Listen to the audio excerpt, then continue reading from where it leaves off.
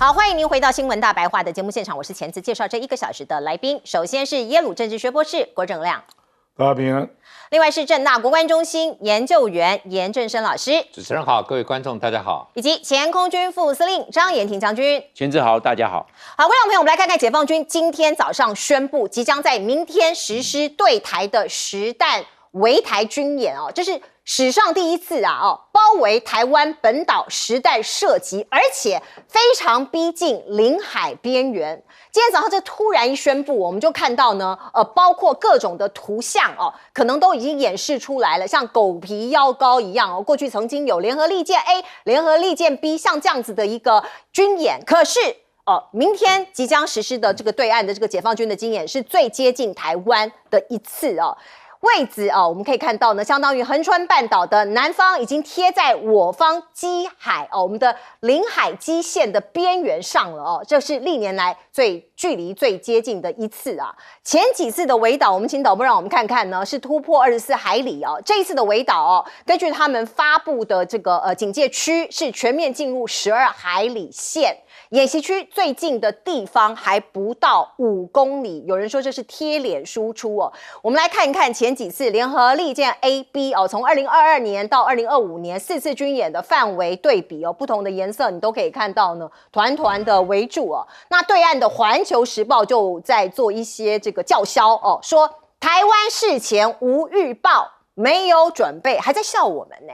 那我们的国安单位到底有没有这个掌握这个讯息呢？现在看起来好像是真的没有这个也是我们自己要检讨的地方。我们再来看看呢，对岸的这个所谓的军演项目有哪一些呢？根据解放军东部战区他们对外释放的消息是说，会组织驱护舰、歼轰机等兵力，展开对海突击、区域制空、搜寻反潜等等的军演所以你看它的武力展示的意味非常的浓厚。那这个演练打击陆地机动目标，以及在台海中部海空域做这样相关的一个演训。解放军的东部战区说，他们会开展对陆的机动目标打击演练，以及检验精打这个所谓的精实的打击的要领。那这个5大演训区第一次涵盖我们台湾的北、西南、东南、东部以及海峡的中部，形成了3面环岛的态势那我刚刚已经讲了他做各种项目的一个演练。我们可以看到对岸包括国防大学的教授，他有说这一次的封控是最重要的主题是什么呢？是要随时切断台湾的生命线，其实就封锁你让这个你这个外面的人也进不来所以我们台湾现在呢其实之前在演练的所谓跟美国或者是日本的一个同盟这件事情，它要让你阻断。那我们也可以看到他们释放了3个信号，哪3个信号？第一个信号是展示共军全时待战、全时能战，什么时候要打它就可以打。第二个是由训转战，这也是我们注意的部分。还有另外呢，实弹射击就是开局即开打。那我们可以看到呢，陆军其实某种程度是把美军视为假想敌，因为他们发布的这些海报里头，可以很明显的看到美军的装备所以它是第一次非常挑明了，你美国就是中国大陆的假想敌。我们看到包括明居正老师台大的这个退休教授他有说其实习近平不是2027要攻台，最快明年2026就会打台湾，可是他的危机大这个是明老师说的，危机大发生很难，因为他认为美国有几个反制的手段，第一个是军事，还有3招杀手锏，包括可以公布中国的高官财产有一些财产我帮你公布会引爆中国的高官内斗。另外还有2招就是算你这个 COVID-19 新冠肺炎的账，还有宗教自由这是明老师在暐瀚的节目里头讲的，说其实美国除了武力，还有各种的方式可以反制解放军、反制中共。来，我们请教亮哥怎么看这个今天早上突然发布的一个军训，一个围台军演的项目，你有吓一跳吗？还好啦，因为俄罗斯先宣布，俄罗斯先宣布对千岛群岛以南1月1号开始演习嘛，那是针对日本2个月那中国大陆宣布就比较可以了解它的脉络了，就基本上就是对高市早苗联动的台湾议题的整体的军演了。事实上，它这个就是南北夹击嘛，那为什么说是针对高市早苗呢？因为如果是针对军售，你早就该有反应啦。军售是12月17公布的，然后随后在大概12月20几号，那个中国大陆就公布了20家军工企业，包括企业还有人名单嘛，做制裁嘛，而且这次的军购啊，都是旧有的项目了，并没有新的东西了。我才不相信中国会因为110亿美元的旧的库存的军购要搞军演呢。所以后来国台办也知道这样讲实在没有人会相信他又加了一个嘛，他说是针对台独以及外部势力的军演，因为中国大陆不能够讲台湾有事，日本有事啊。这不是他的语言那这个意思就很明显了嘛，等于是我做这次的台湾有事的军演你日本要怎么表示？你不是说日本有事吗？所以等于是在第一个在国际政治上破你的局啦。你看高市就吹牛嘛，台湾真的快要有事了，日本都没来啊。这是第一个目的了。那当然，因为它是本身是军演，所以它就会添油加醋嘛。所以军方也会想说，总要有一些新意嘛，不然你说是例行性，只是日期把它调到这里所以就会有一些新的东西出现嘛。比如说，这次最大的特征就是实弹射击那实弹射击，其实它这个1天前公告是有点赶。一般都是3天，3天前公告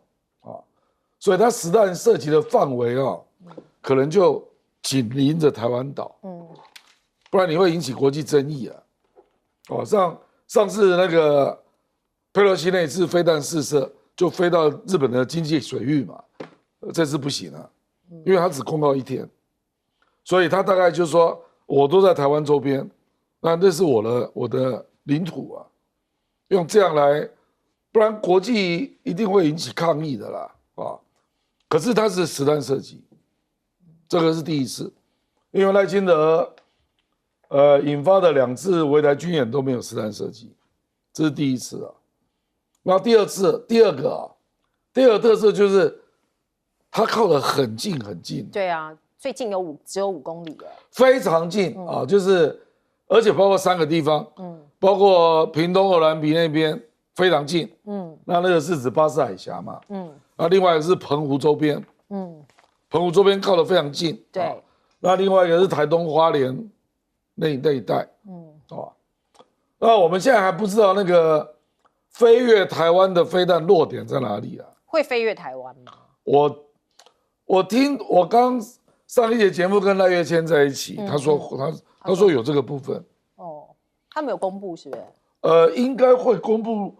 他会不会公布落点不一定反正他就说有到东部，请问如何射到东部？你不飞越台湾怎么射到东部？因为他的落点有那个在东部的海域了，这个明天就知道了啦那我觉得其他讲一些有的没的那是文宣什么随时可以封锁你的生命线，上次赖清德那2次也有他这个本来就是锁台的前置步骤嘛，你说封锁台湾的前置步骤本来就有嘛，上次赖清德那2次也有对不对？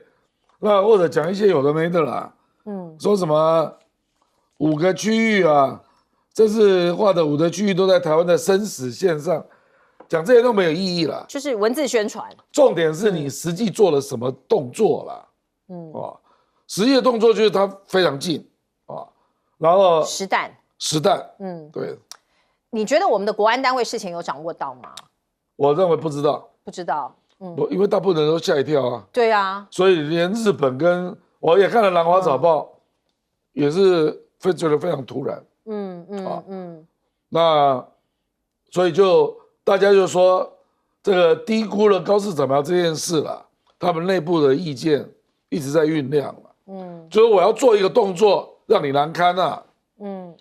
你高市要怎么出手？你如果没有出手，接下来你就会看到大陆一大堆舆论说玩假的，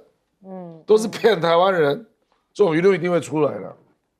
好，将军怎么看这个军事？我认为这一次它有3个跟以前不一样的特征。第一个，它这个区域啊，这5大区域啊，你看它方块比以前的方块的面积范围要来得大。大家看了北边2个大方块，南边3个大方块，加5个大方块。以前都发小框框，现在是大框框。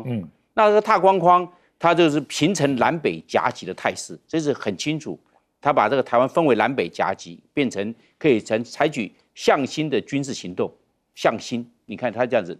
汇聚就向中台湾。然后我们可以看得出来啊，他这个五大方块哦，都在把所有的附近的岛屿几乎包括进去。北边那个方块把彭佳屿，它触到彭佳屿去了。东边这个方块啊，触到兰屿跟绿岛，那个他们的12海里或24海里。然后南边那个区块啊，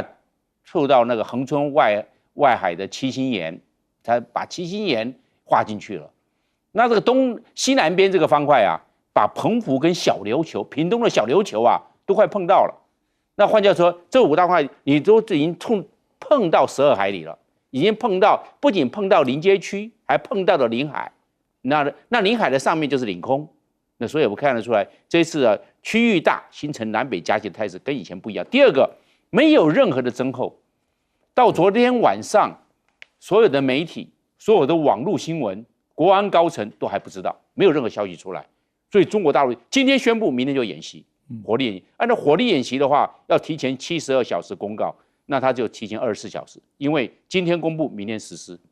那明天实施的话，因为这相关有的时候要这个航空就要避让啊，海上的游轮或者是这个货轮、滚装货轮也要避让，因为这是演习区啊。还有渔船呢，渔船都要，因为这是火力演习啊。澎湖那边在捕托特鱼。对啊，怎么办呢？对啊，这个都是要事前公告。现在讲，他现在啊，只管制不进航，管制进入，没有什么这个是禁航区。他的用语是不要。对，不要嘛，他没有说那个禁止哦，不可以严禁哦，不可以哦，没有这么说。那他这一次的没有任何增厚，我看到他这一个就是要强调的，今天宣布明天演习就是平战结合，训练跟作战合一。那平时跟作战因为平战转换非常快，1天而已，所以国安高层也没有办法掌握，可能连美国跟日本的在这方面的消息掌握上都有它的困难度，而且这是实兵实弹、实兵实装实弹30实兵，你看它整个兵力过来，实装所有的装备、实弹、火力演习，所以它这30来做一个围台军演。那最后一个我们来看的话，就是说，那我们的为什么没有在第一时间说，我们有掌握增厚，我们有所应变，重要的国安高层的这个主官可能要进入一些指挥所的位置，因为要好应变啊。因为要不然我们应变这一方面要慢慢，可能有些高层的可能要停止休假，要来应变啊，不然没人管不可以啊。万一有一些状况或擦枪走火的可能性，我们不能完全排除啊。那在这方面好像没有这方面的增厚，这是最困难的地方在这个地方。为什么？因为打仗打情报没有掌握，你会未战先败。打仗永远情报第一，这个对方的调动如何，兵力的规模多少，海上的兵力跟空中的兵力又有多少，是从哪个地方哪个番号调过来的，到前进到保障基地，有没有这方面的这个增厚？好像没有完全很仔细的掌握。我认为这个问题最大。如果这个问题没大，那你有再多的武器装备没有用，因为你情报战先输了，情报战输了，你后面全盘皆没，会有这个状况。我认为比较忧心的是在这个地方，而不是在其他这一方面。但是在这一方面，我们好像感觉到国安高层在状况外，大家今天才知道。但是问题是明天就演习了，那我们的应变够不够？我们的动员够不够？所以将军，你有看到我们的应变措施相关的吗？我认为没有啊，一直到昨天晚上半夜都还没有这方面消息，没有任何增厚。我们可以从网络、从媒体上来看，因为他们可能会知道，那国安高层也没这方面的应变。那所以在这，我认为比较忧心的是这个。因为如果没有办法掌握情报，其他的布阵还有军队的调动，还来应急，那我认为都是假的。因为你没掌握情报，你知道这个对方的这个用兵的重点还有用兵的指向在什么地方，我们不知道。那我们那我们既然不知道，你怎么去应变？我认为问题是卡在这个地方。是，哎，严老师。我想这一次大概是裴洛西访问台湾以后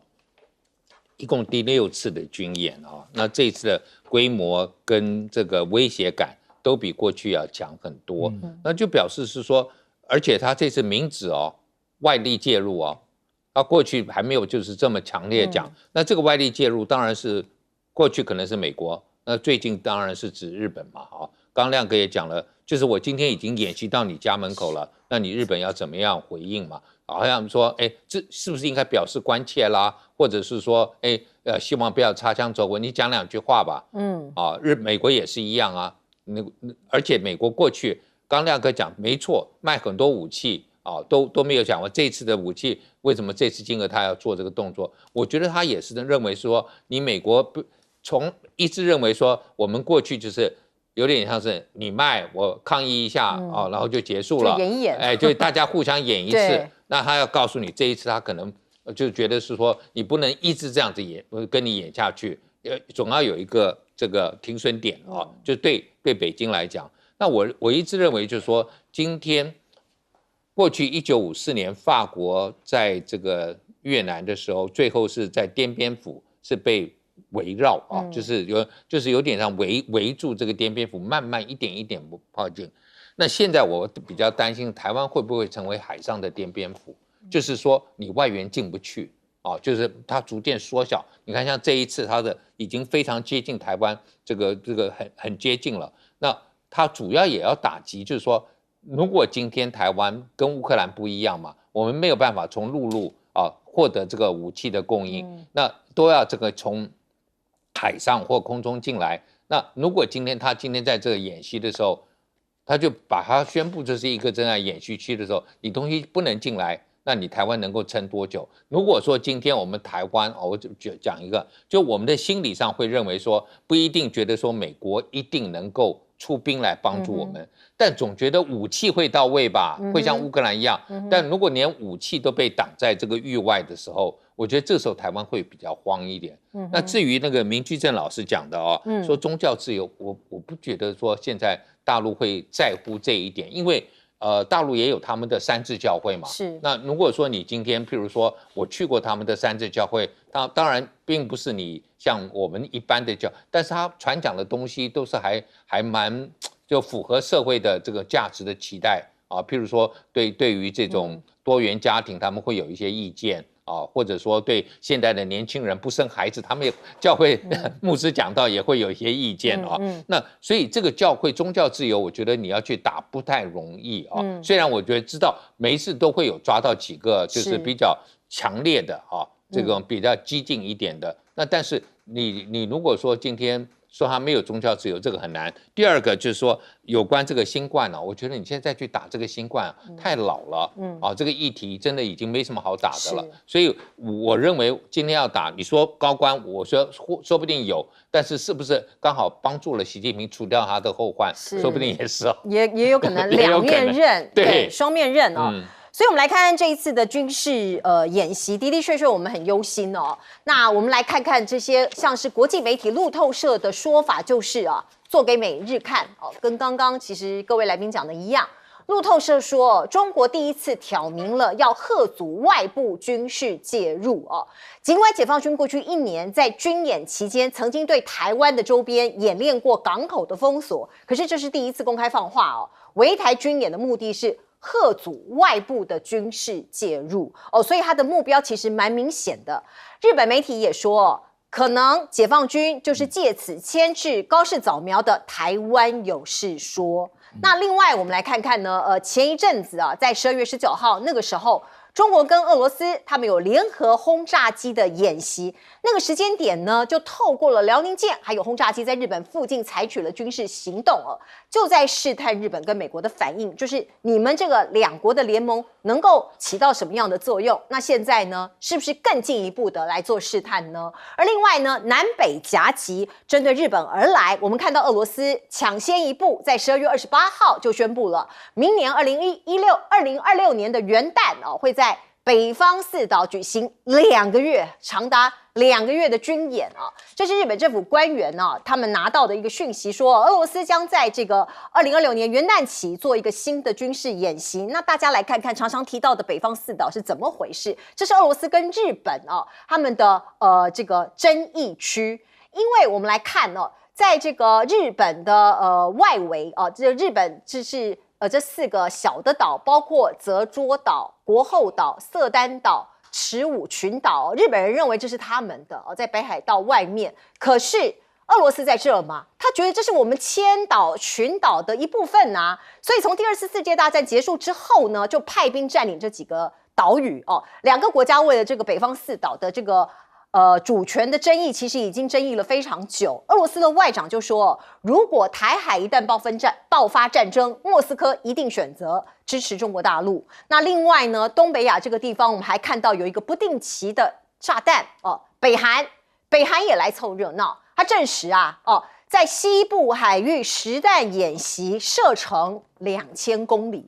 所以我们就知道现在这个整个区域的这个看起来不是那么的稳定。那我们再来看看季辛吉他生前曾经有预言过，他说日本在寻求发展核武，这是他在2023年曾经讲过的话。那中国的核子专家也讲说从技术的角度来分析的话，日本其实有足够的工业能力它是工业大国，在短期间它可以制造出比印度还有巴基斯坦这些国家更先进的武器核武。另外呢，因为日本有大量的核电嘛，所以它可以囤积大量的核燃料所以这是中国大陆非常忌惮的一个部分，就是中国大陆怀疑日本有这个军事要曾经军国主义这样子的一个复苏这样子的一个还魂。那日本媒体也说，民间其实有危机感因为他们也担心日本政府有可能要包括在核潜艇或者制造核武这个部分，其实日本的民间有一些反对的声音。那另外我们再来看看呢，包括日本它的空中自卫队最近不是一直在巡逻吗？因为包括中俄在这边做军演嘛，那就发生了一件事情说是这个 F-15J 的战斗机对中国战机执行反制空域入侵的任务之后掉了一块皮，这是铝合金的这个面板，到现在还找不到。而另外呢，他们现在在不断的把他们自己的这个防空飞弹系统做一个 upgrade 做一个改造改型。我们看到本来叫做03型的这个中空飞弹，现在改制为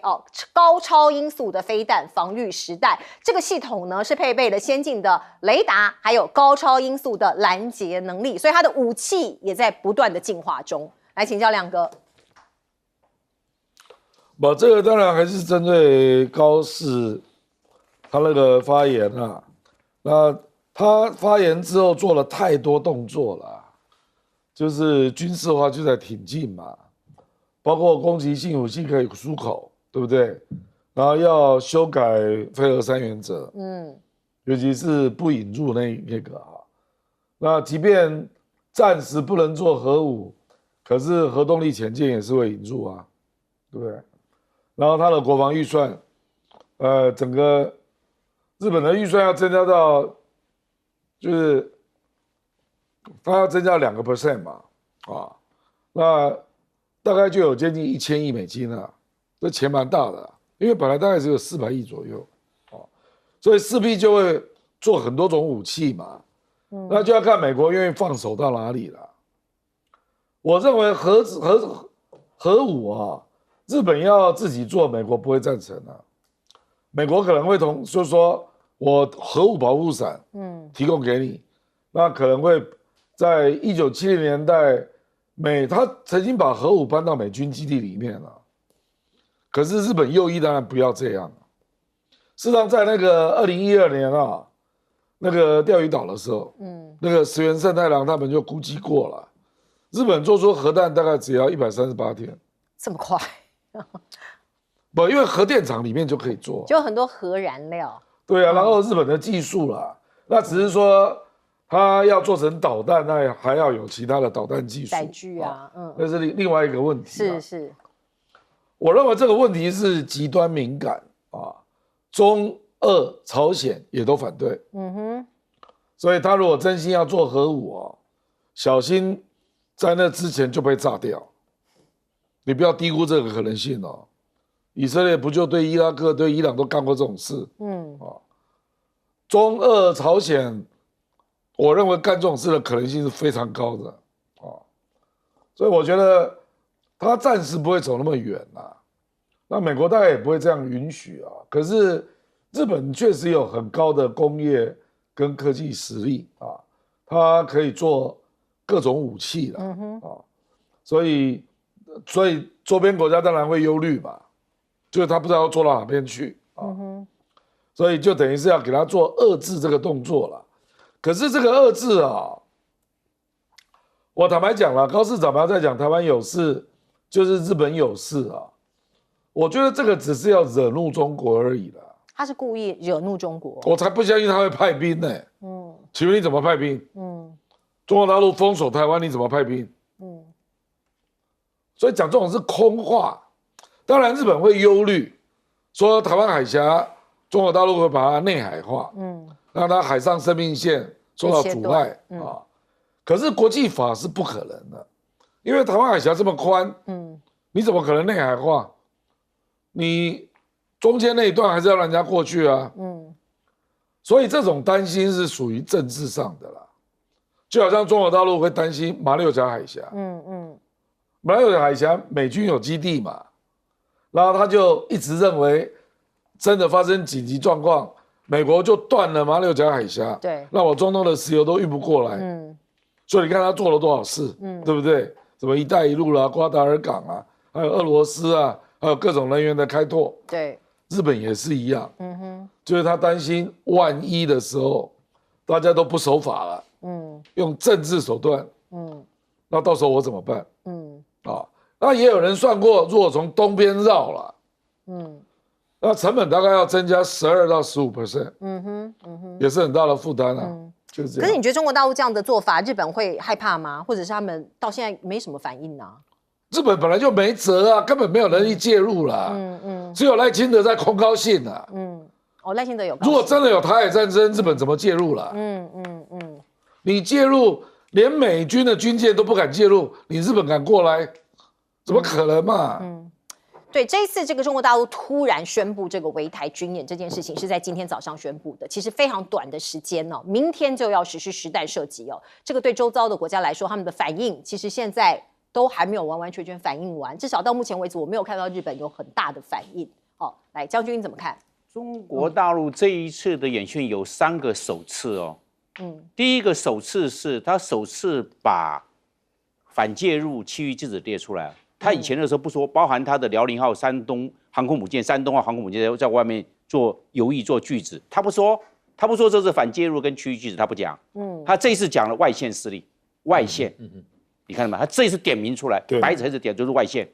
首次使用这是讲的非常清楚，外线的这些势力，他要实施这一方面的，就是反介入跟区域拒止。我认为这是第一个首次。第二个首次他首次把台湾周边的附属岛屿几乎全部纳入。北部的，我们知道北部有3岛：彭佳屿、花瓶屿，还有棉花屿。你看他都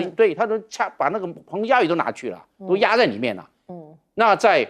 除了龟山岛没有之外，全部纳入。你在台东有2个绿岛跟南屿，它都划进去了。你看画到旁边，12海里都划进去了。在恒春外海的七星园划进去了。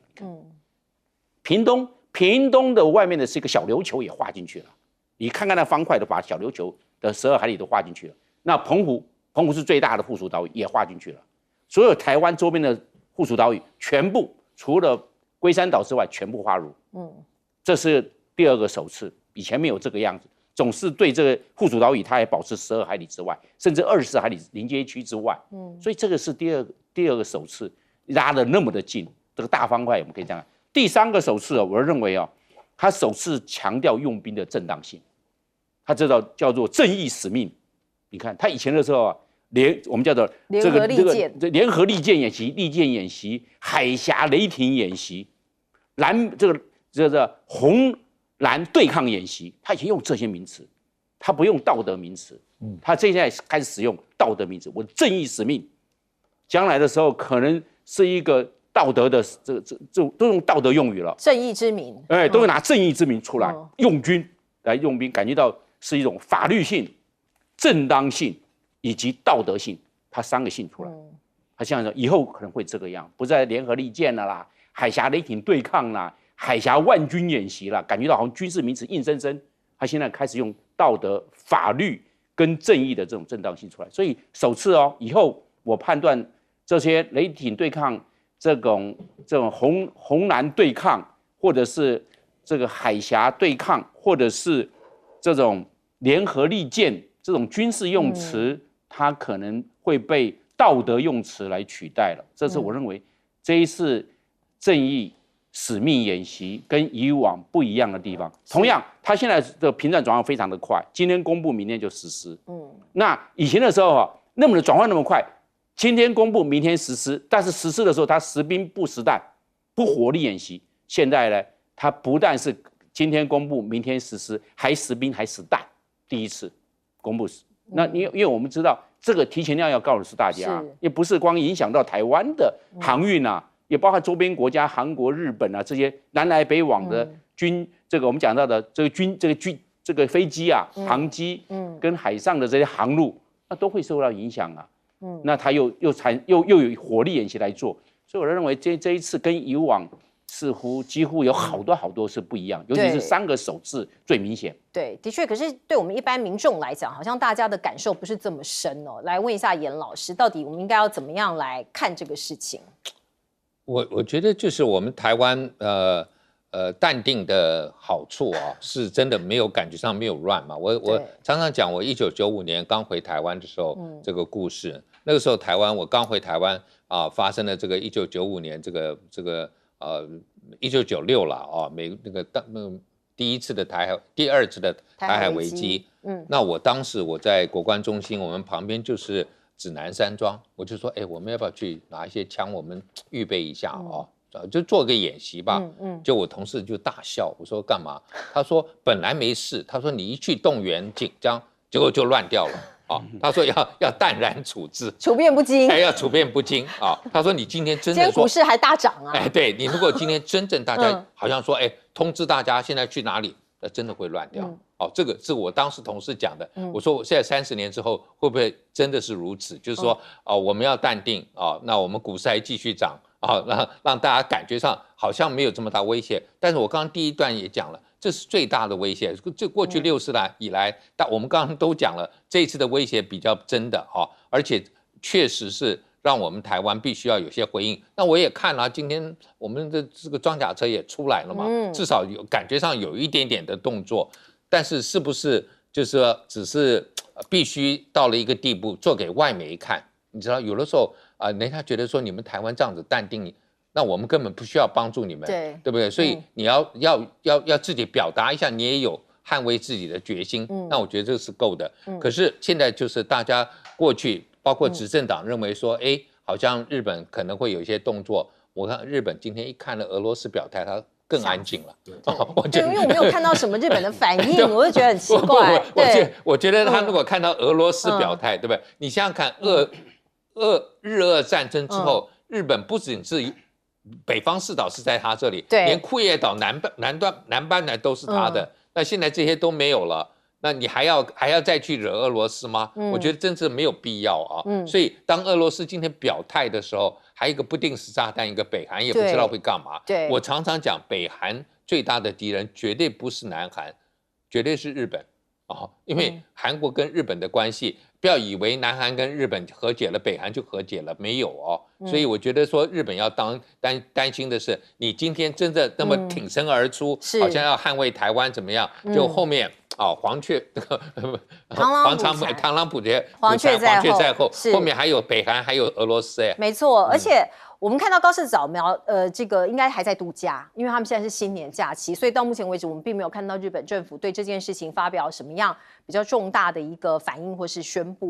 那当然持续观察，因为我们台湾就要被围起来做一个实弹的军演，希望不要有什么擦枪走火的事件发生。最后我们再来关心包括美中的贸易战到底成就了谁呢？我们看到人民日报最近抛出了美中相互成就论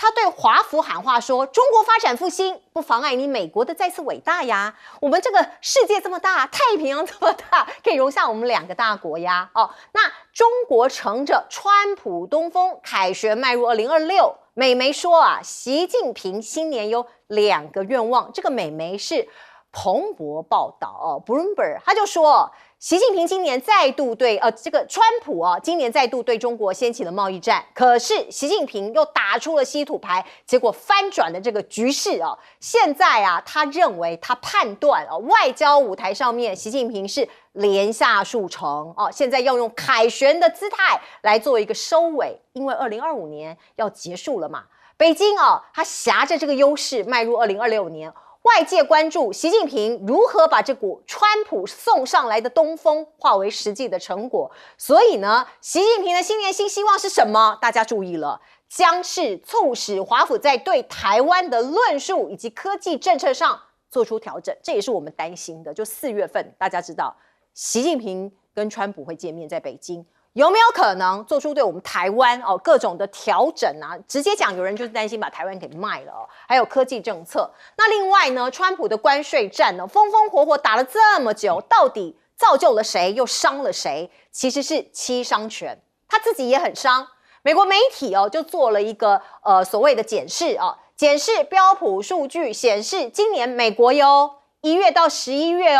共有717家公司申请破产。这个比起去年同期增加了14%，也打破了2010年金融海啸之后的最高纪录。而另外我们看到呢，中国大陆还有很多招，除了稀土之外，贵金属的白银它在管制出口。大家可能以为白银有什么好管制的？马斯克说我很 worry， 为什么？因为啊，有很多企业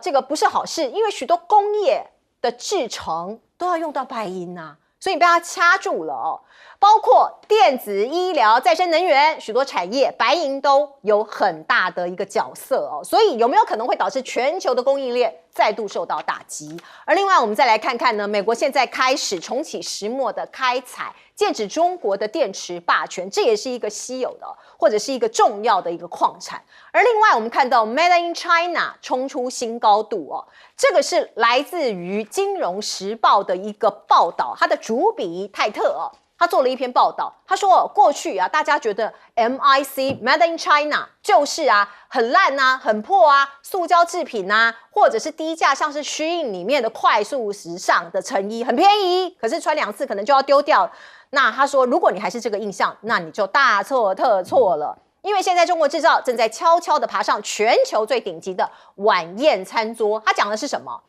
来看一下这个鱼子酱。讲到鱼子酱，过去可能大家会觉得说俄罗斯这个或是西方国家做的，可是现在呢，我们看到包括千岛湖它的一个养殖场叫做 Kaluga Queen 这个卡路加皇后现在已经是全球最大的鱼子酱生产商了说是靠着纯净的水域在千岛湖群岛这里做了一个养殖。那卡路加皇后现在击败了无数欧洲的老牌对手，她在这边养殖这个鲟鱼吧然后她的这个鱼子酱拿出来做成一个非常高价昂贵的一个非常珍稀的一个食品。那另外呢，我们看到中国政府也复制其他的这个如法炮制，在其他高级食品的领域，包括烟熏鲑鱼、和牛还有松露他们都在大量的在做包括你看到像是过去可能有一些刻板印象，觉得说香槟就是法国的啦，和牛就是日本的啦，鱼子酱就是俄罗斯的啦，这些可能都要被打破了那我们看到这个报道说，你吃的法式鹅肝可能来自于山东老家这个讲的是山东的邻居这里的产的鹅肝年超过5000吨所以你现在可能包括你在法国，你可能在台湾或者在其他地方吃到这些非常高档的鹅肝，可能就是来自于山东的 Made in China。而另外我们也可以看到，包括新疆过去大家认为这个地方内陆可能一些瓜果啦这些一些东西，可是现在他们在养鲑鱼。说是这边鲑鱼现在养的非常厉害的，在新加坡举行了所谓它的一个展示的一个市场，它在24小时之内就可以完成加工、包装、运输、冷链直接送到消费者的餐桌上。所以我们可以看到呢，各个方方面面哦，全方位的竞争在美中之间。来，请教亮哥。这个中国大陆就给他感觉那个美国贸易战输了嘛，对冷关税搞到最后求和啊，然后后来又因为大豆采购，还有稀土出口，所以就休兵嘛。可是我跟你讲啊，中国大陆的利多还继续不断啊，比如说人民币破7，那高盛估计2026、2027中国的股票会涨38%，啊，然后上海证交所现在要辅导商业火箭上市，就是马斯克那个 SpaceX， 中国大陆也有自己的公司啊，那8年来成长了6倍，营业额啊，然后还有中国大陆现在创国家创投基金，总共要募2500亿人民币，大概台币1兆了，70%要支持初创公司，你不觉得到处都是利多那种感觉？当然，它的房市还是很差啦，可是就是说，它那个科技创新的那个部门啊，还有金融啊，很蓬勃，目前都看好，然后那个 MSCI 认为中国企业盈利啊，从现在一直到这个2030年，每年会增加1.5，就它会纳入那个指数啊，所以就有一些现象就被报道了嘛，比如说什么鱼子酱啊，然后市场还有夏威夷豆。夏威夷豆他们也可以有。夏威夷豆它刚开始，刚开始种，可是大家已经感到很紧张，因为鱼子酱，你刚刚讲说俄罗斯出口，其实俄罗斯没有出口了。Caviar 不是啊，俄罗斯不是俄罗斯哦，俄罗斯自己都吃不够了。俄罗斯鱼子酱，你俄罗斯鱼子酱都是在它境内吃的啦。我跟你讲，出口最大的目前是目前是意大利。意大利。全世界占17.3%，中国大陆占16.4%，第2大。追上来了那第3大是法国，然后德国，大概是这样，那都是13点几啊，那夏威夷豆现在进来了，它现在2.8，你就占出口啊，全球的市场，全球市场2.8，对，可是就是它常常就是只要进来之后就会迅速大量嘛，因为它的土地大了，而且它往往做事情的方式都是集中嘛，那就这整个区都在做这个东西，你刚刚讲的只是一个地方而已，因为云南也一大堆，安徽也一大堆，都在做这种高档食材。真的因为我们现在讲的是山东邻居这个地方有鹅肝的。不，你讲的是那个卡鲁加 Queen 那一家公司啊。这个千岛湖。对，卡鲁加 Queen， 反正就是一个区做一个东西啦。那就会集中专业嘛。那你不觉得这个是你以前没听过了吗？对啊。就我们为什么会突然知道？因为有一个期刊写了这个故事啊，我写了大概10几页。金融时报写的？不是金融时报，金融时报去报，他是看到这个去抄那个期刊所以我们才知道原来是这样，才被注意到好，那我觉得他可能还有很多现象，对，明年都会超乎你的预期了。比如说机器人，其实我们略有它会有更不一样类型的机器人出现，所以大家还是要明年你就知道多看一些报道。好，我们进一下广告。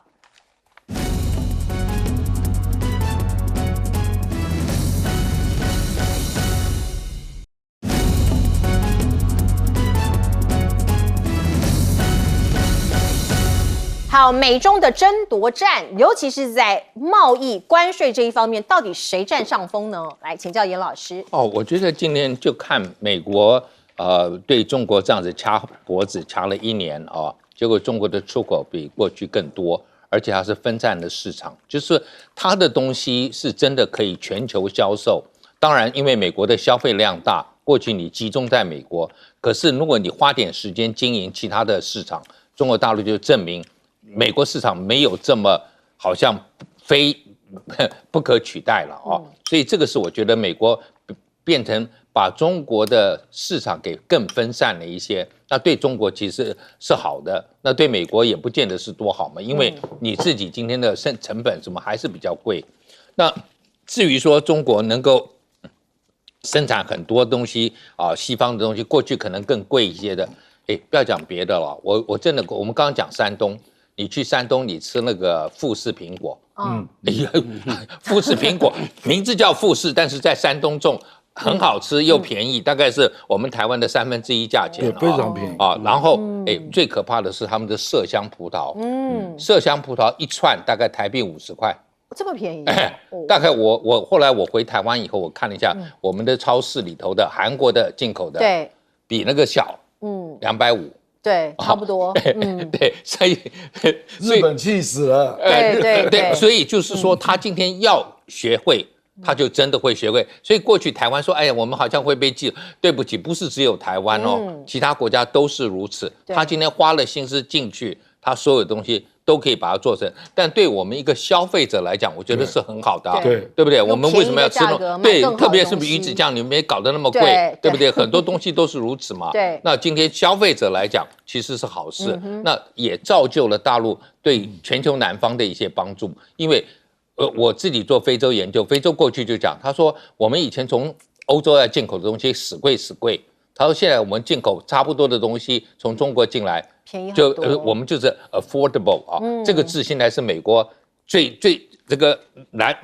蓝红之间，民主党跟共和党最争议的就是民主党说你们现在让美国人生活没办法过得起，那共和党说不是。那我觉得现在中国就让全球南方日子过得比较好，可以负担得起的生活。来，我们进一下广告。哇！